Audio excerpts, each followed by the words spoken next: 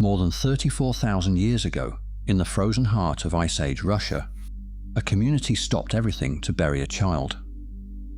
They surrounded the body with thousands of hand-carved ivory beads, each one taking up to an hour to craft. Years of labor devoted to someone who had not yet grown up. The secret scientists finally uncovered was not how this burial was made. It was why. In 1955, on the outskirts of the ancient city of Vladimir, Russia, a clay quarry excavation accidentally sliced through a deeply buried secret. Beneath the heavy Lues soil lay Sunghir. This open-air terrace, situated along a river corridor, was once a seasonal hunting ground during the brutal cold of the Upper Paleolithic. Soviet archaeologist Otto Bader arrived to lead the excavation, expecting to find the typical remnants of Ice Age survival. Discarded stone tools, animal bones, and charcoal hearths. Instead, as his team dug deeper into the frozen earth, they uncovered a site dating back 30,000 years. Sunghir would challenge everything science believed about early modern humans. The prevailing narrative cast Ice Age foragers as simple, primitive wanderers, entirely consumed by the daily struggle to stay alive. But the sheer scale of the structured dwellings suggested something far more complex. A highly organized community had lived here, and beneath the living surface, Bader was about to find a hidden human story that would redefine our understanding of the deep past forever.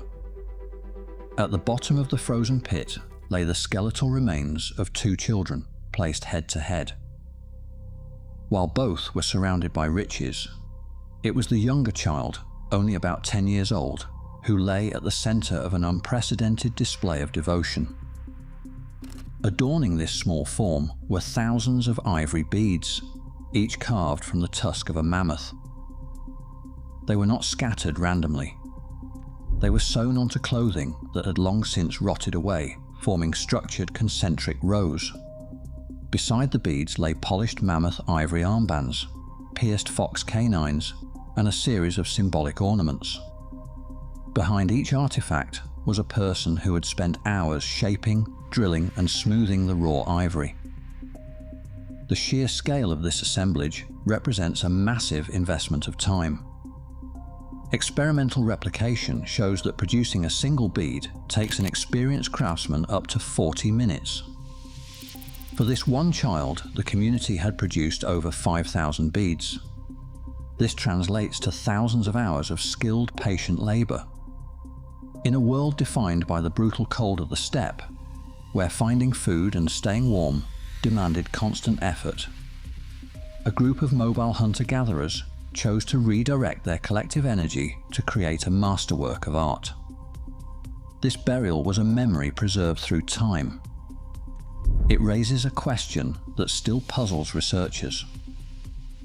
Why did a community fighting for survival in one of the harshest environments on Earth devote such immense effort to honoring one young life?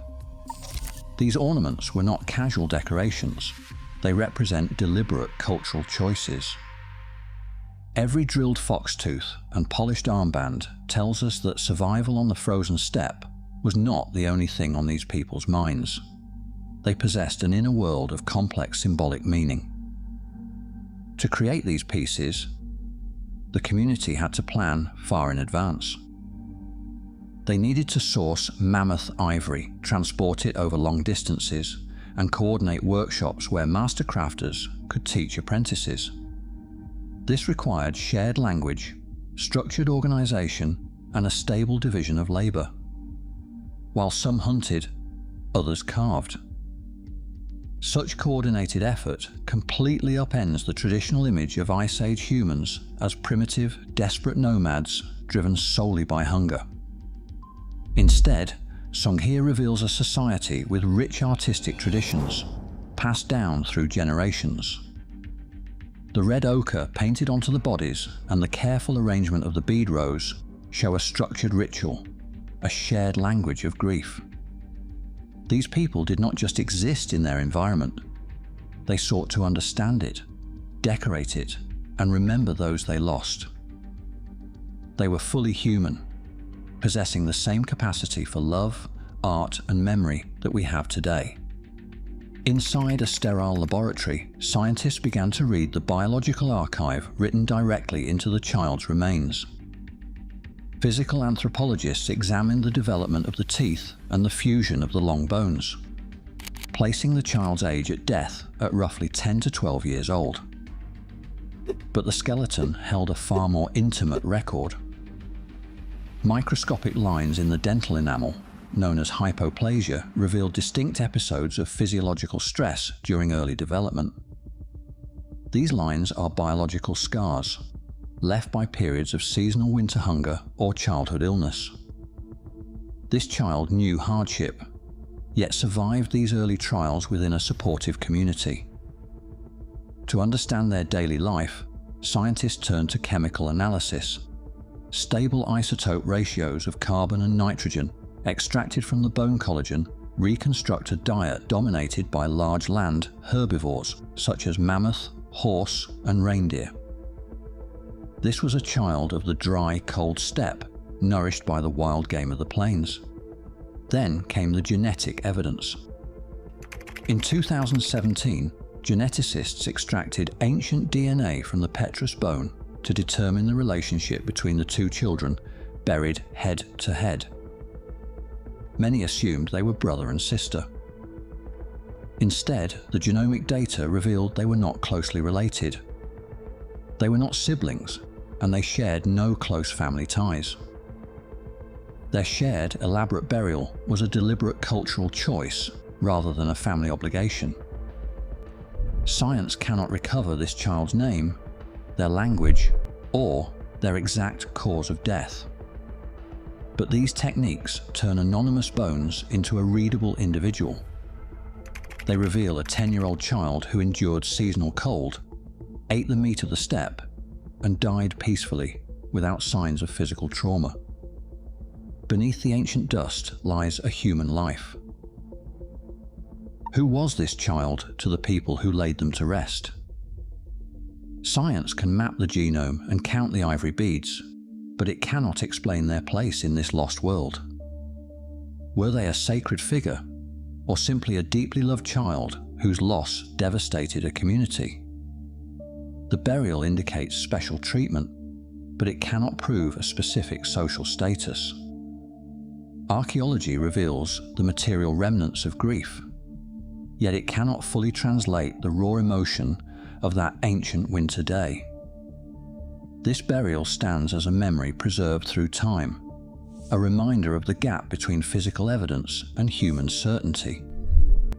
This unresolved mystery remains an open window into our shared past, showing that uncertainty itself is part of the human story.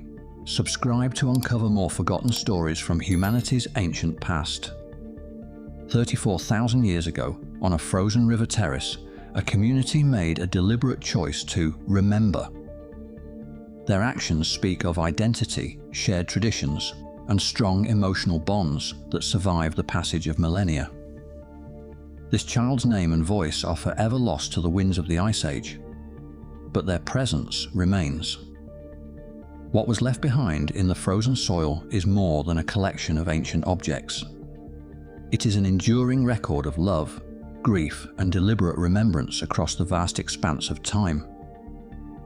Through these silent remains, we find a shared human heart beating in the distant past. Archaeology has recovered a forgotten human presence, allowing us to see them once again. If you want to discover more forgotten human stories, subscribe. Behind the ancient ivory lies a reflection of ourselves.